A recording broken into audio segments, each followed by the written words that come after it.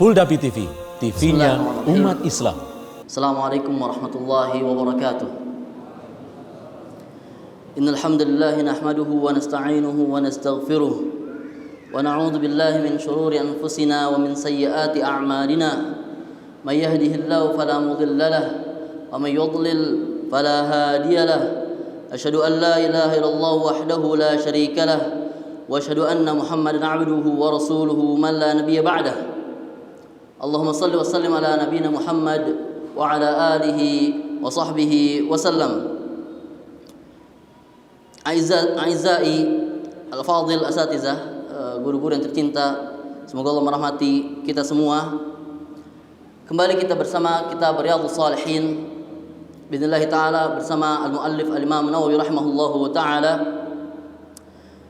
Teringat hadis Rasulullah sallallahu alaihi wasallam yang berbunyi, "Wa majtama'a qaumun fi baitin min buyutillah yatluna kitaballah wa yatadarasunahu bainahum." Tidaklah sebuah kaum berkumpul di sebuah masjid dari masjid-masjid Allah, dari masjid-masjid Allah Subhanahu wa taala, yatadarasunahu bainahum, yatluna kitaballah, mereka membaca kitab Allah Subhanahu wa taala, wa yatadarasunahu bainahum, mereka saling mempelajarinya di antara mereka. Illa nazalat alaihimus sakinah, kecuali telah Allah turunkan di antara mereka ketenangan. Kita duduk di majelis ini tujuannya salah satunya adalah untuk mendapatkan ketenangan dari Allah Subhanahu wa taala. Wa ghasyiyatuhumur rahmah, dan diturunkan hujan. Ghasyiyat dan dihujani oleh mereka pada mereka adalah rahmat, kasih sayang Allah Subhanahu wa taala. Wa haffathumul malaikah, dan dinaungi oleh para malaikat. Wa dzakarahumullahu fi man indah, dan disebut-sebutkan namanya di sisi Allah Subhanahu wa taala. Kita berharap pada Allah Subhanahu wa taala untuk dijadikan majlis ini majlis berkah dan diberikan hidayah di dalamnya. Allahumma amin. Aizai al-asatizah al-fadil, untuk kita mengenal karya yang besar Riyadhus Shalihin, karya yang besar, kita mengetahui bahasanya di balik dari karya yang besar ada seorang sosok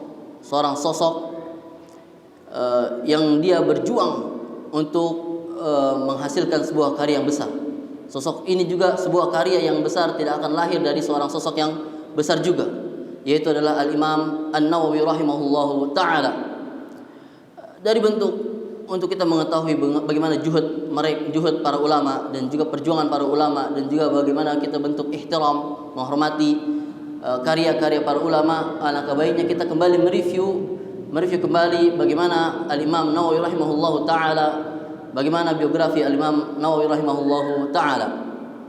Nah, Al-Imam Nawawi rahimahullahu ta'ala mendapatkan kunyahnya adalah yukanna, di kunyahnya adalah dengan Abu Zakaria. Kunyah, maksud dari kunyah adalah penyebutan nama yang dimulai dari kata Abu. Ada Abu Hurairah, Abu Abbas, Abu Khalid, Abu Hamzah, Abu Salma. Di sini ada Abu Salma. Biasa digunakan kunyah ini tujuannya adalah untuk ihtiram, penghormatan kepada orang yang kita panggil. Dan ini biasa dilakukan oleh Rasulullah sallallahu alaihi wasallam dan juga para sahabat. Salah satu buktinya Rasulullah sallallahu alaihi wasallam memakai kata Abu, dipanggil Abu Hurairah, Abu Bakar, dan juga Rasulullah juga menggunakan kepada anak kecil. Teringat hadis Rasulullah sallallahu alaihi wasallam, "Ya Aba Ufair, ya Aba Ufair, madza fa'alan Nughair."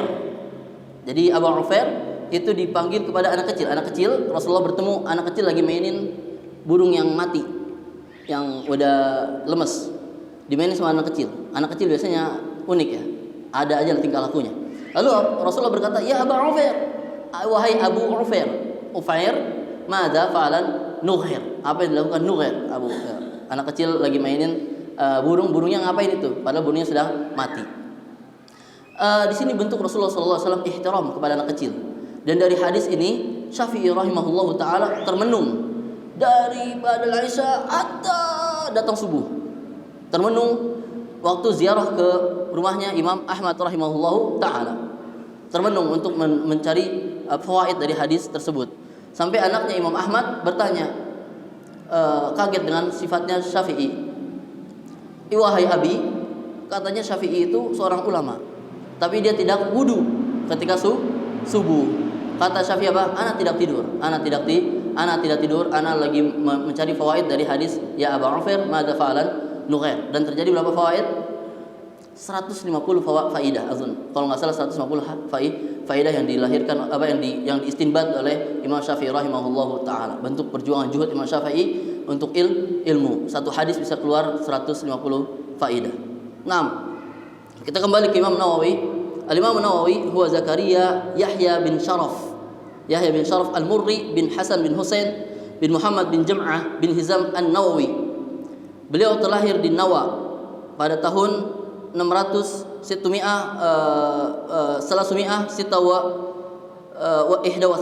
tahun 631 Hijriah, lahir di Nawa. An-Nawawi rahimahullah taala, maka dinamakan An-Nawawi lahirnya di Nawa. Diceritakan di sini abuhu, bapaknya pernah bercerita, anna syekh, bahwasanya Imam Nawawi kana naiman ila janibihi, pernah duduk di sampingnya. Waqad balagha min al-umr 7 sinin. Imam Nawawi pernah duduk di samping abinya dan dia umurnya 7 tahun. Dan pada saat itu pada malam 27 Ramadan. Imam Nawawi Imam Nawawi rahimahullah taala enggak tidur dia. Enggak tidur. Imam Nawawi rahimahullah taala tidak tidur sampai pertengahan malam. Tiba-tiba Imam Nawawi rahimahullah membangunkan abinya. Kemudian mengatakan, "Ya abati, ma hadzal daw alladhi mala ad-dar." Wahai abi, apa cahaya apa ini yang menyinari rumah ini? Maka terbangunlah keluarganya abinya, ahluhu jami'an. Terbangun semua keluarga, seluruh keluarga yang ada di rumah itu. Falam nara kulluna sayyan. Kita enggak ngelihat apa. Qala waliduhu, bapaknya berkata, "Fa'araftu annaha Lailatul Qadar." Aku tahu bahwasanya malam itu adalah malam Lailatul Qadar. Bentuk muhibah dari Allah Subhanahu wa taala. Nawawi sudah terlahir, Allah pilih Nawawi dari kecil condong untuk untuk beribadah kepada Allah Subhanahu wa taala. Kemudian zakara Syekh Yasin bin Yusuf Al-Maraqishi annahu ra'a Syekh Muhyiddin. Syekh Yasin pernah melihat Imam Nawawi pada umurnya 10 tahun. Waktu Imam Nawawi masih di Nawa, masih kecil dan umurnya di Nawa. Imam Nawawi ketika itu dia paling enggak senang sama yang namanya main sama teman-teman sejawatnya. Bahkan sampai teman-temannya itu sampai memaksa dia untuk main. Akhirnya Nawawi pun nangis. Imam Nawawi nangis gara-gara diajak main. Sekarang anak-anak zaman sekarang lebih sering main, bahkan nangis gara-gara enggak dibolehin main. Allahul musta'an. Imam Nawawi sudah kecil sudah condong untuk ilmu. Allah pilih, Allah buat hatinya untuk condong pada ilmu. Ketika Imam Nawawi dipaksa untuk bermain, dia kabur dan menangis. Kemudian membaca Al-Qur'an pada saat itu juga. Lalu Syekh Yasin melihat abinya menyuruh dia untuk dagang. Jadi waktu masih kecil abinya nyuruh dia jaga toko. Lalu Syekh Yasin melihat dia malah bukan enggak jaga toko, malah ngapain? Malah setoran Al-Qur'an. Akhirnya Syekh Yasin mengatakan, berkata kepada orang yang di storin Al-Qur'an, "Fataituhu ila alladhi yuqri'uhul Qur'an." Aku datang kepada orang yang sedang di storin Al-Qur'an oleh Nawawi. Lalu mengatakan, "Hadzal sabi, anak kecil ini yurja an yakuna a'lam ahla zaman." Hadzal sabi, dia berkata kepada orang yang distorkan itu, "Saya berharap anak kecil ini kedepannya bakal jadi orang yang paling alim di zaman ini." Lalu dibalas sama mustami, orang yang menyimak Imam Nawawi. "Amunajjimun anta?" Ente dukun nih. Lalu mengatakan apa? "La, inama antaqani Allahu bidzalik." Enggak. Aku tahu ini adalah ilham dari Allah Subhanahu wa taala. Ana yakin orang ini akan menjadi orang yang paling alim pada zaman ini. Dan benar terjadi. Dari situlah Imam Nawawi mendengar. Imam Nawawi dari kecil sudah dengar sana pujian Syekh Yasin. Akhirnya apa? Faharisu alaihi. Anak itu semangat untuk terus belajar ila an khatamal Qur'an, sampai menghatamkan Al-Qur'an. Wa qad nahazal ihtilam, dan dia mendekati masa-masa ihtilam, baru sudah selesai Al-Qur'an. Kemudian Al-Imam Nawawi rahimahullah taala dibawa oleh abinya ke Damaskus. Ketika umurnya 19 tahun. Ke Damaskus. lalu beliau tinggal di sana. Beliau berkata, maka tuhuna nahwa sanatain. Saya tinggal di Damaskus sekitar 2 tahun. Walam adha janbi ala dhahri. Saya tinggal di Damaskus untuk belajar selama 2 tahun dan saya tidak pernah meletakkan punggung saya ke zahri ala janbi. Enggak pernah nyender selama 2 tahun demi belajar. Dan diriwayatkan Nawawi rahimahullahu taala, gimana dia belajarnya? Gimana dia tidurnya? Tidurnya ketika dia ketiduran. 5 menit kemudian diistighfar, kemudian dia wudu dulu, kemudian dia membaca kitab lagi. 2 tahun perjuangan Imam Nawawi rahimahullahu taala Damaskus, belum pernah meletakkan pundaknya ke tembok. Allahu musta'an. Lalu bagaimana kondisi kita sekarang? Bagaimana kondisi kita yang subhanallah baru lulus S1, S2 udah dianggap jadi alim. Bahkan di luar sana sudah seperti Ibnu Taimiyah. Ya Ustaz, ana punya muskilah di bed begini, ana punya masalah di rumah seperti ini. Gimana jalan keluarnya? Semua fatwa keluar semua. Allah musta'an. Imam Nawawi rahimahullah taala berjuang demi ilmu, berjuang demi ilmu. Kemudian Imam Nawawi rahimahullah taala setelah dia melewati proses marhalah tahammul itu mencari ilmu, kemudian Allah angkat dia seperti yang dikatakan oleh Ustaz sebelumnya, idza aradallahu khairan istamalahu. Allah pilih langsung. Allah pilih Imam Nawawi menjadi ulama. Lalu Imam Nawawi menjadi mudarris bidaril hadis, dari hadis di tempat Asyrafiyah. Walam yatanawal falsan wahidan, belum pernah mengambil sepeser pun dari muridnya Imam Nawawi rahimahullahu taala. Wala intaqala min baitihi fi rahiya wa huwa bait. Dan Imam Nawawi wa kana la yashrab. Imam Nawawi belum pernah minum sama sekali illa marratan wahidah, kecuali 1 kali, yaitu kapan? Pas sahur. Imam Nawawi rahimahullahu taala sampai lupa minum, sampai lupa makan demi ilmu. Wa ma akala syai'an min fakihati Dimashq, belum pernah sekalipun makan buah-buahan di Damaskus. 2 tahun lamanya Imam Nawawi sampai enggak sempat sama sekali makan buah di Damaskus. Menandakan bahwa Imam Nawawi hanya duduk untuk ilmu. Walam yaqbal min ahadin syai'an wala qabila min ahadin syai'an, belum pernah bertemu seorang pun. Imam Nawawi ke Damaskus hanya untuk belajar. Di Damaskus Imam Nawawi rahimahullahu taala selama sehari berapa kali majelis? Sehari 12 kali majelis. Dalam satu hari beliau menghadiri 12 majelis. Diriwayatkan kana Syekh ayyama talabihi yahduru fil yaumil wahid ala 12 syaikhan. Diriwayatkan bahwasanya Syekh rahimahullahu taala Al-Imam Nawawi di masa-masa proses belajarnya dalam satu hari beliau menghadiri 12 majelis an-nafsihi. Dan beliau pernah menceritakan ini kepada muridnya dan berkata, kuntu aqra'u kulla yaumin 12 darsan ala al-masyayikh. Saya pernah membaca pada setiap harinya 12 pelajaran kepada beberapa masyayikh. Syarhan wa tashihan. Syarh dalam penjelasan, wa tashih dan tashih. Tashih itu direvisi, direview ulang. Darsain fil wasit, 2 pelajaran dalam ilmu al-wasit. Wa darsan fil muhadzab, 1 pelajaran di al-muhadzab. Wa darsan fil jam' baina sahihain, 1 majelis di majelis jami' baina sahihain. Wa darsan fi sahih Muslim, 1 pelajaran di sahih Muslim. Wa darsan fil al-luma' Syafi'i. Ibn al-Junni. Al-luma' dalam nahwu, bukan luma' Syafi'i, bukan. Luma' Ibn al-Junni fi nahwu.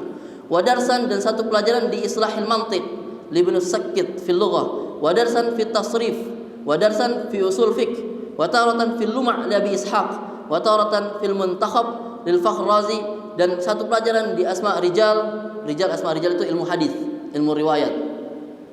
Wa darsan fi usuluddin, dan 1 pelajaran di usuluddin. Wa kuntu u'alliq jami' ma yata'allaq bihi, dan aku terus mencatat apa yang apa yang disampaikan oleh guru-guru. Masya Allah, ada ta'liqatnya. Masya Allah, setiap pelajaran beliau punya ta'liqat. Wa syarhun musyakkal, dan juga syarah musyakkal yang ada harokatnya. Wa wuduh ibarat, dan ibaratnya diperjelas oleh Imam Nawawi. Wa dhabtul lughah.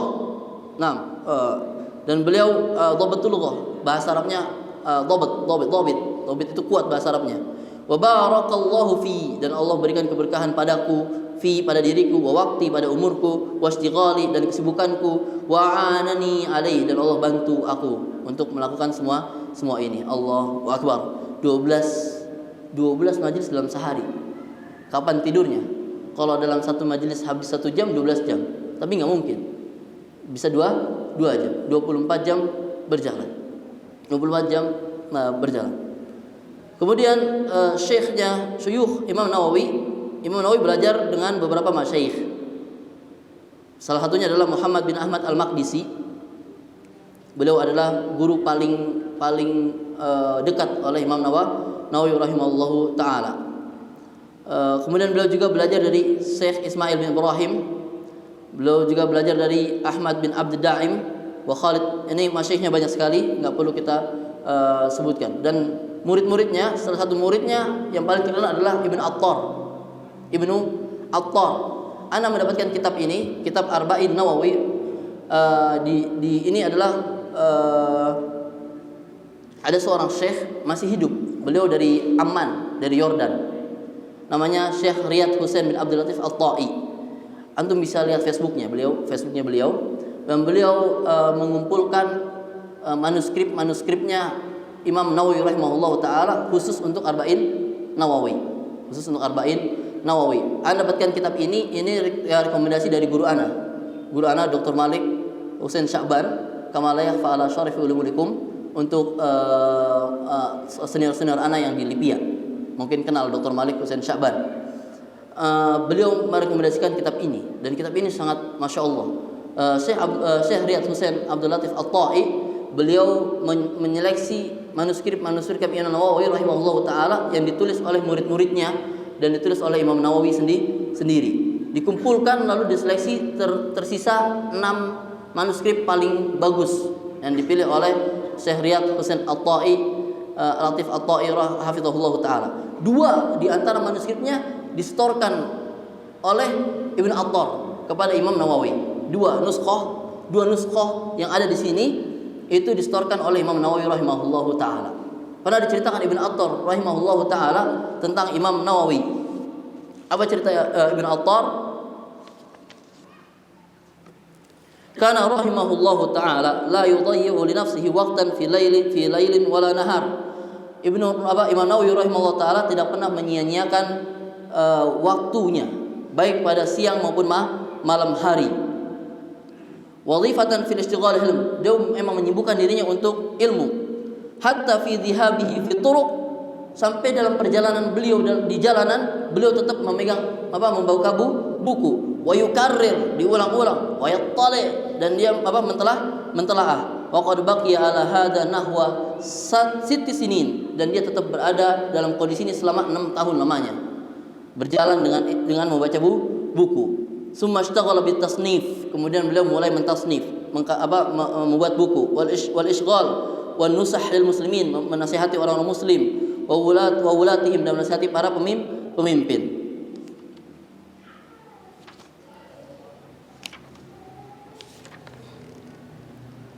Kemudian rahimahullahu taala, Imam Nawawi rahimahullahu taala ketika lapar, bagaimana Imam Nawawi rahimahullahu taala untuk membeli makanan? Cara Imam Nawawi rahimahullah taala membeli makanan ketika lapar, beliau membeli dengan cara menukar karyanya. Ana beli ini dengan karya ana.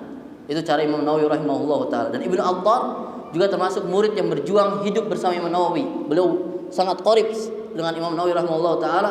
Ibnu Attar juga mencari nafkah dari Imam Nawawi dengan cara cuci kertas. Beliau daur ulang kertas, dikeringkan, lalu nanti ditulis oleh Imam Nawawi, lalu dijual. Cara Imam Nawawi bertahan hidup dengan cara menjual karya-karyanya. Makanya manuskrip Imam Nawawi tersebar di mana-mana. Dan salah satu manuskrip terbaik, nuskhah terbaik Arba'in Nawawi itu ditemukan oleh Syekh Riyad Husain At-Ta'i di mana? Di Palestina. Kitab ini bisa didapatkan, sebelumnya kitab ini disebar di perpustakaan nasionalnya Maghrib di Maroko. Cuman kan ada selek antara ahlu sunnah, akhirnya dibom. Maktabahnya dibom di Maghrib, di Maroko. Terus kemudian sekarang bisa tersebar di Jazair. Kitab ini ada di Jazair. Dan alhamdulillah minnah, kitab ini bisa dibeli di Indonesia. Ada satu maktabah yang masyhur, mungkin teman senior-senior di Lipia paham, namanya Al-Wadi. Kama la yakhfa 'ala syarafi ilmikum, namanya maktabah Al-Wadi. Ini bisa dibeli. Dan ini diceritakan bagaimana nuskhohnya beliau dapatkan.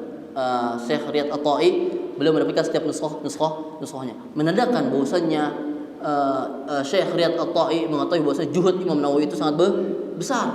Juhud semangat perjuangan Imam Nawawi sangat besar, dan karya tidak boleh sampai hilang. Begitu pula karya-karya yang lainnya. Ada karya Imam Nawawi yang sering dipelajari adalah At-Tibyan fi Adab Hamalatil Quran. Rata-rata ini dipelajari oleh orang-orang para talibul ilm, baik nahdiyin wala salafiyin wala semuanya pasti membahas kitab At-Tibyan fi Adab Talabul Ilm.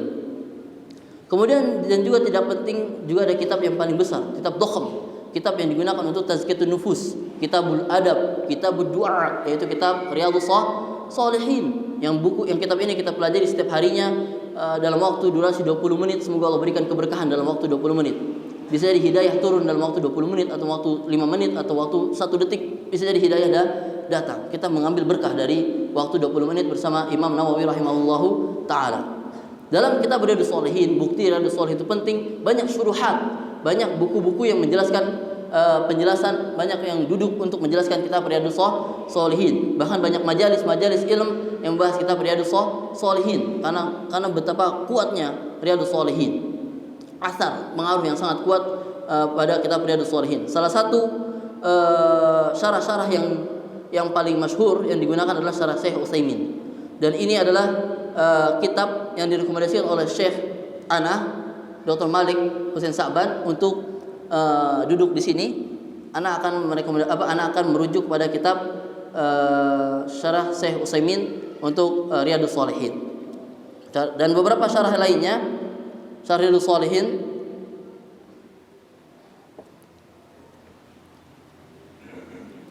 ada punya Syekh Ahmad Khutaibi. Lalu juga ada tahqiqnya Syekh Albani, yang Syekh Albani hanya fokus kepada hadis-hadis dhaif. Kalau sahihain rawahul Bukhari Muslim, Syekh Albani lewatin. Kalau hadis-hadis selain Sahih Bukhari Muslim, Syekh Albani akan berhenti lalu akan takhrij. Ada namanya tahqiq Riyadhus Shalihin Syekh Albani rahimahullahu taala. Ini cerita tentang Nawawi rahimahullahu taala. Sebenarnya panjang cerita Nawawi ini, tidak bisa cerita dalam satu pertemuan dan dalam waktu 20 menit.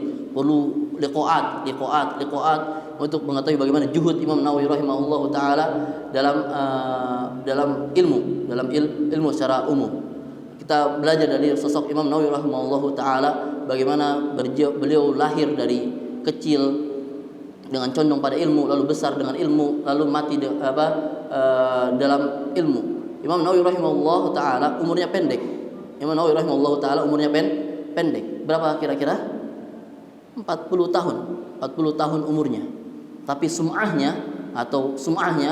namanya terdengar sampai saat ini. Makanya anak pernah cerita pernah mengeluh ketika meninggalnya Syekh Ali Al-Halabi rahimahullahu taala kemarin waktu Covid.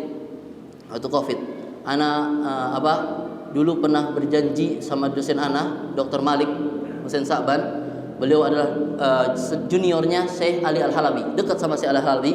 Bahkan beliau pernah Syekh Ali Al-Halabi ini punya dars usbu'i setiap hari Kamis di pesantren Babu Salam Anbuat, jarak jauh pakai Zoom. Hari Kamis seharusnya jadwal kita belajar sama beliau. Hari Kamis jadwal kita belajar sama Syekh Ali Al-Halabi. Qadarullah beliau masuk rumah sakit. Hari Ahadnya kita dapat berita bahwasanya Syekh Al-Halabi meninggal rahimahullahu taala rahmatan wasi'ah. Syekh Al-Halabi corona di tahun-tahun pertama mungkin yang kita tahu, beliau meninggal di tahun pertama, kan corona 2 tahun. Kalau tahun pertama beliau meninggal rahimahullahu taala, dikabarkan kena Covid. Di situ ana mengeluh ke Dr. Malik, "Ya Syekh, ana enggak bisa belajar sama Syekh Al-Halabi." "Enggak masalah. Berapa banyak nama-nama para ulama yang meninggal tapi sampai saat ini sepertinya hidup masih. Sampai sekarang Syekh Utsaimin rahimahullah taala 2 tahun yang lalu makhtutat manuskrip beliau atau rekaman-rekaman tasjilat beliau baru selesai dibukukan 2 tahun yang lalu. Baru selesai. Sedangkan Imam Syekh Utsaimin meninggal kapan? 1992 azun atau 1995 azun. Puluhan tahun yang lalu lamanya. Tapi baru selesai kemarin muasasah Syekh Utsaimin baru selesai menyelesaikan semua manuskrip dan tasjilatnya Imam Nawawi Syekh Utsaimin rahimahullah taala. Beliau bukti masanya matinya para ulama tetap hidup. Namanya tetap hidup sampai sekarang. Karena keberkahan ilmu. Dan dari sinilah kita belajar berharap kepada Allah Subhanahu wa taala, kita tetap berjuang, berusaha demi ilmu. Karya-karya yang besar akan muncul dari juhud, dari perjuangan orang-orang yang besar. Semoga Allah pilih kita menjadi orang-orang yang memiliki andil untuk mengangkat kalimatullah ta'ala. Allahumma amin. Ini yang mungkin bisa ana sampaikan. Ana astaghfiru minkum. Ana minta maaf belum bisa masuk ke hadis ke-23. Ana enggak bisa menemukan hadis 22 di Riyadhus Shalihin. Kemarin hadis 21. Ana coba cari-cari kitab, kok enggak ada hadis ke-22. Yang ana temu hadis ke-23. Ana bingung. Ada yang tahu hadis 22, kabari ana. Yang ana ketemu hadis 23. Ana coba beberapa buku kitab, kok ketemunya hadis 23, enggak ketemu hadis 22. Semoga ada yang menemukan, ini kabari ana, insyaallah ana coba akan sarahkan pertemuan ke depan bismillah taala dengan jatah selanjutnya jadi 2 hadis insyaallah taala bismillah taala. Wa sallallahu ala nabi Muhammad wa ala alihi wa sahbihi wasallam. Subhanakallah bihamdika asyhadu an la ilaha illa anta astaghfiruka wa atubu ilaik. Wassalamualaikum warahmatullahi wabarakatuh.